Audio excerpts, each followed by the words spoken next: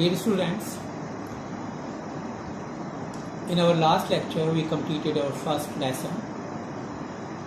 Now we are to attempt its exercise also. On page 5 of your book, the exercise starts. First of all, they have given you certain words in the part of vocabulary A part. Give the meaning of each word as used in the lesson. So these are certain words used in the lesson and you are to give their meaning.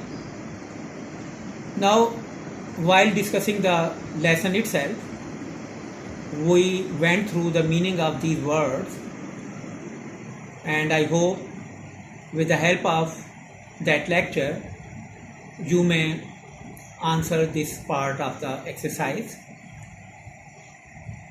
So I leave it on you.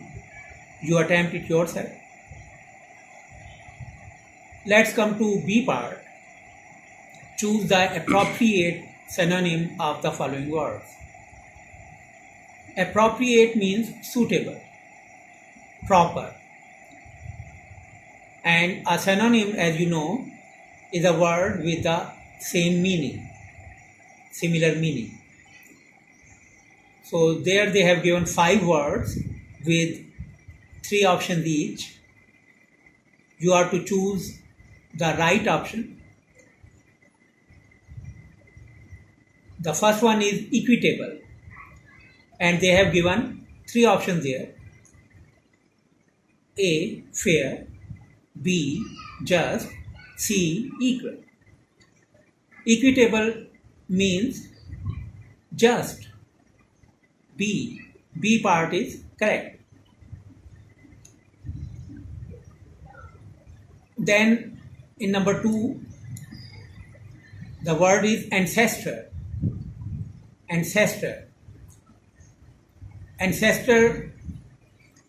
the options are antecedent, forefather, and predecessor.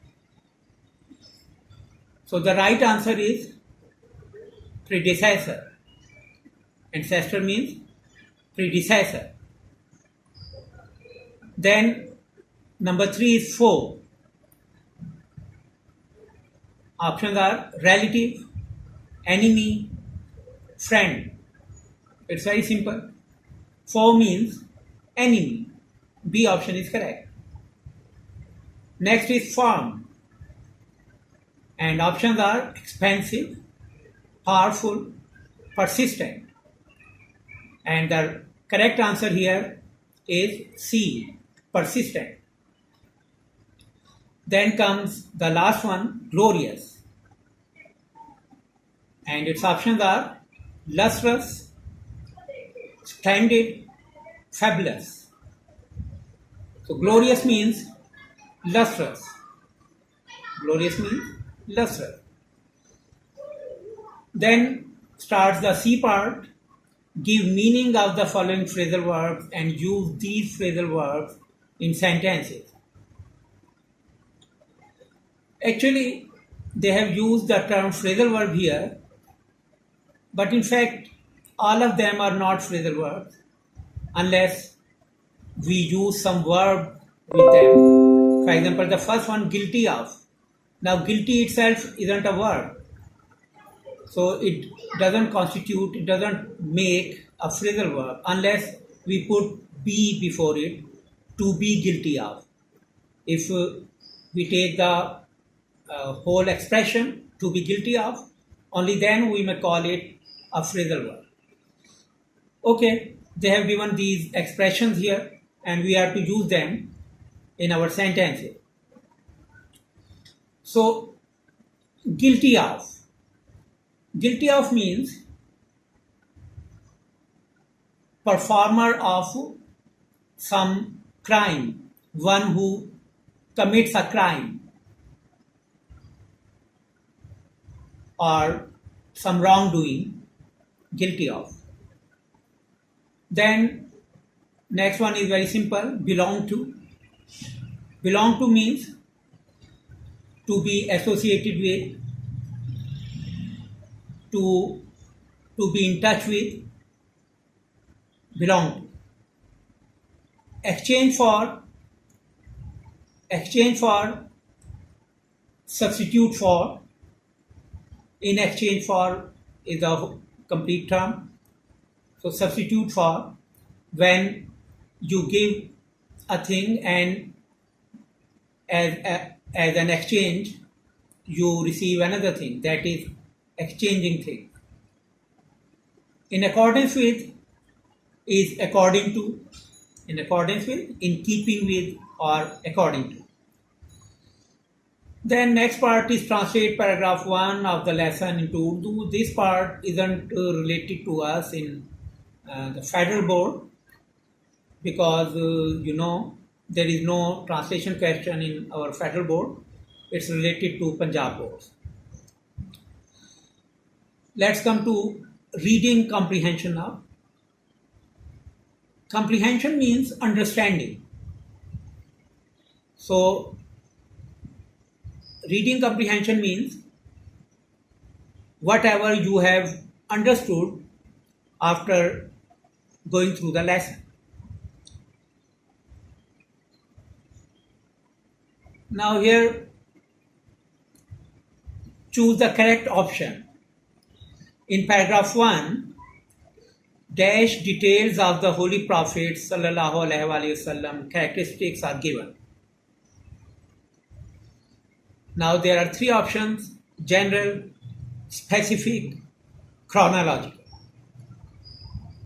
Now first of all, you must know the meaning of these 3 words. General are ordinary, simple. Specific means particular, and chronological means date-wise or related to history. Now, to choose the right answer, I suggest that you must go through the first paragraph that they have referred to here and try to understand what type of details of the characteristics of the Holy Prophet have been given there. Next is the key idea of paragraph 2 is that now they want to know whether you have understood the second paragraph. Here again they have given 3 options. Again, I'll advise you to go through the second paragraph and try to understand what the key idea of this paragraph is. Next comes examples given in paragraph 3 and 4 show that. Now they want to know what you have understood in paragraph 3. Again, there are 3 options. So it's a way of making you revise your lesson also. So go through different paragraphs of the lesson and try to answer these questions. These questions are actually not very important as far as annual exams are concerned, but they are very helpful in making sure that you have understood your lesson. Similarly, paragraph 5 and paragraph 6, paragraph 5, question number 4 is related to paragraph 5, and you may choose the right answer by reading paragraph 5 once again. Then there is fifth part, to whom did the Holy Prophet give the following advice? When 2 men come to you for judgment, never decide in favor of. So here a part of the lesson has been repeated, and you are to show who was addressed at that time by the Holy Prophet, peace be upon him. Now 3 options are given. So again here you will find the correct answer by reading the relevant part of your lesson. Let's then move to part C. Answer the following questions. These are the questions that are very, very important as far as your exams are concerned. And not only these 6 questions, rather questions given in the lesson itself. They have given different questions in blocks in the lesson. So those questions are also very important because such questions are usually asked and set in your paper. For example, this one, the question they have given in paragraph 2, similarly in paragraph 3, and there are certain other questions with different paragraphs. And keep in mind that as far as your exams are concerned, questions other than the given one may also be set there. Only these questions are not important. There may be formed a number of questions on your lesson, and any of those questions may be set in your paper. So you'll have to answer these questions. These questions, as far as federal board exams are concerned, you are to answer in about 30 to 35 words, not more than that. So try to answer these questions. We will move to grammar part of the exercise. These questions you may try to attempt yourself. If there are problems, you may contact me, and afterwards we may attempt them even in our regular classes also, when you inshallah come back after your classes resume, after the college starts. In the grammar part, first of all, they are giving you the definition and examples of types of or classes of noun. Nouns may be divided into different classes. Here they have discussed 2 of them, concrete nouns and abstract nouns. Concrete and abstract. Now, first of all, understand these 2 words. Concrete. Concrete basically means solid. And as a term of grammar, when we use it, we mean the name of a thing that you can see or touch. The name of a thing that you can see or touch is a concrete thing, and its name is concrete noun.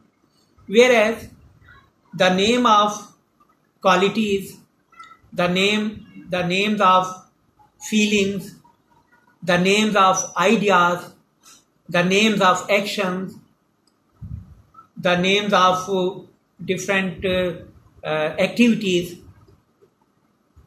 all such names are abstract nouns. These are the nouns that may be described, that may be discussed, but you can't see them actually, and you can't touch them. So the example of the concrete noun given there is, the revenge of the father cannot be taken on his son. Now 2 words, as you can see, are underlined, father and son.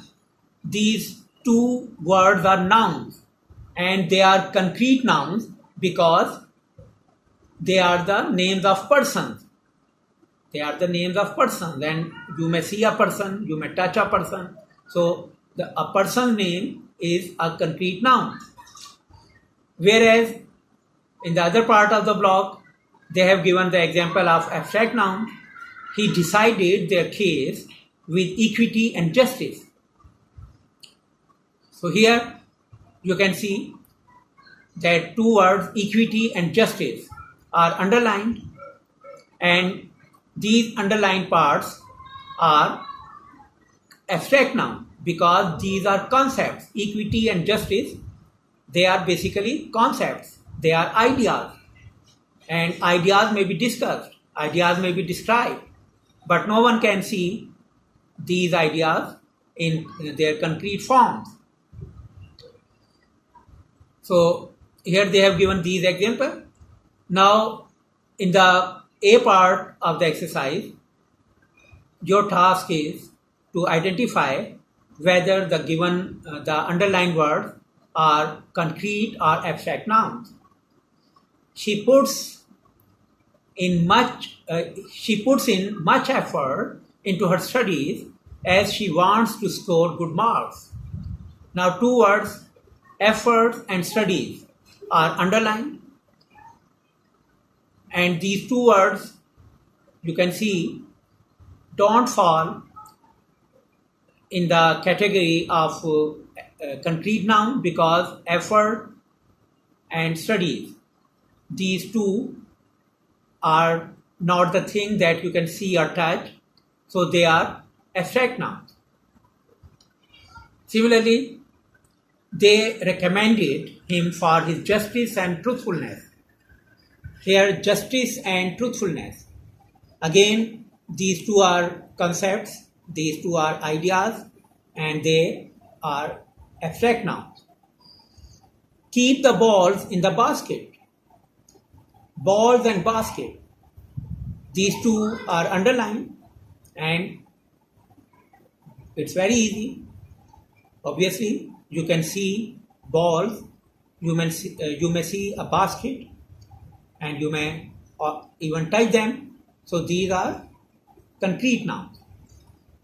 The dishonest trader is losing the trust of his customers. Now trader, trust, and customers. These three words are underlined in this sentence. Trader is the name of the shopkeeper, the person who is selling things. So obviously he is a concrete person. So trader is a concrete noun. Customers are the buyers, those who buy things. So they are also persons. So customer is also a concrete noun. However, the word trust, underlined here in this sentence, is just a concept. So it's an abstract noun. The last one is, he did not take good care of his pet. Now care and pet, these two words are underlined.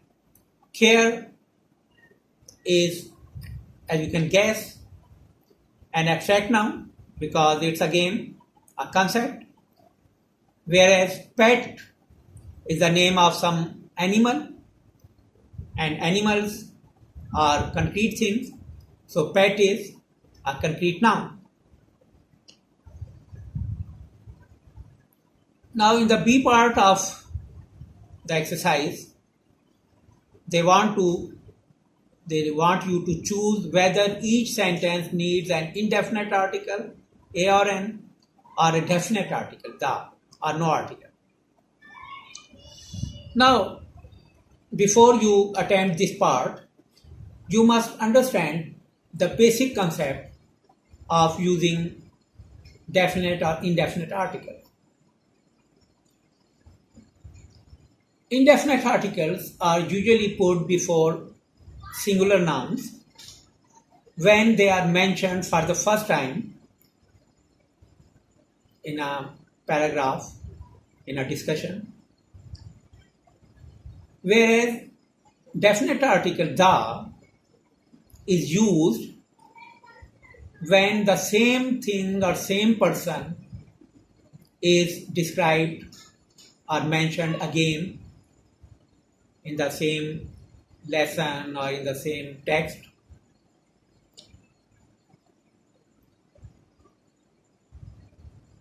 Sometimes articles are omitted, they are not used. They are usually not used with abstract nouns. They are sometimes not used with plural nouns. And there are certain other conditions in which articles are not used. So let's see which articles suit there in these sentences. Number one, he asked me dash very hard question. Now here, it's just a sentence. The question is the noun here, and you are to use an article with this noun, and this noun is used for the first time here. So simply you will put are there. He asked me a very hard question. Now next, dash question that he asked me was easy. Now you can see that in the first sentence you used a with question, whereas in the second one you'll have to use the, because here a particular question is mentioned in the sentence. The question that he asked me was easy.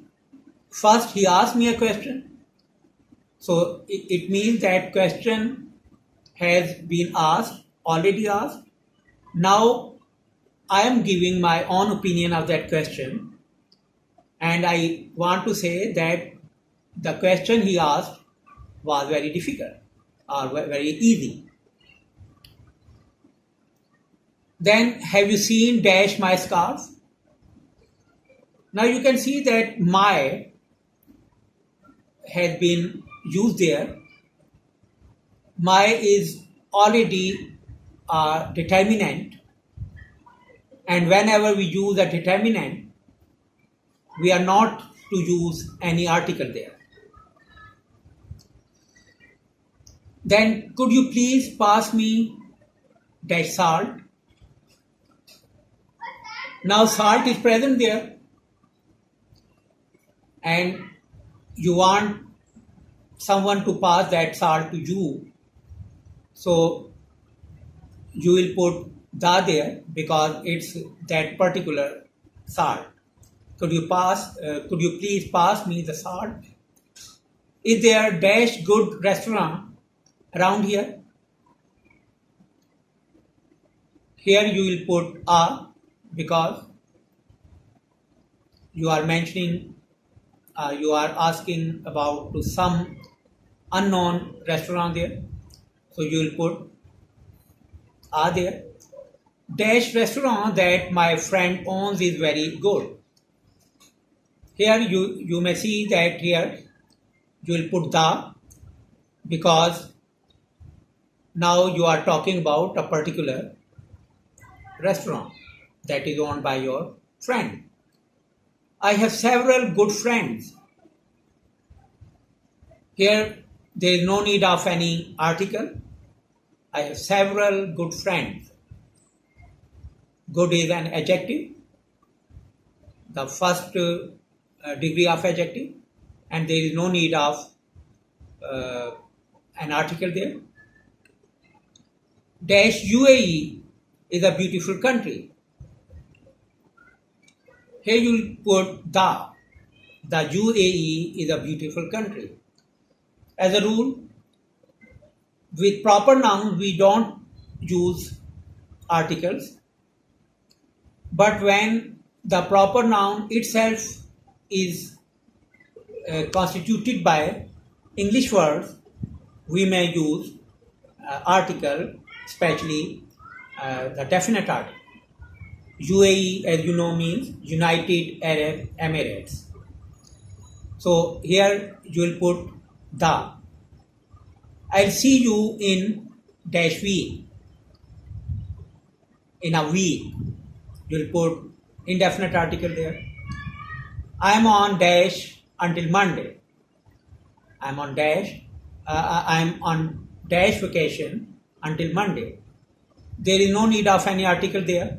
I am on vacation until Monday. So it brings us to the end of today's lecture. Here in this lecture we have completed a part of the exercise of your first lesson. Inshallah, the next part will complete in our next lesson. I hope you have understood all the points, and I also hope that whatever part of the exercise I have left for you, you will be doing that with willingness and interest. Thank you very much.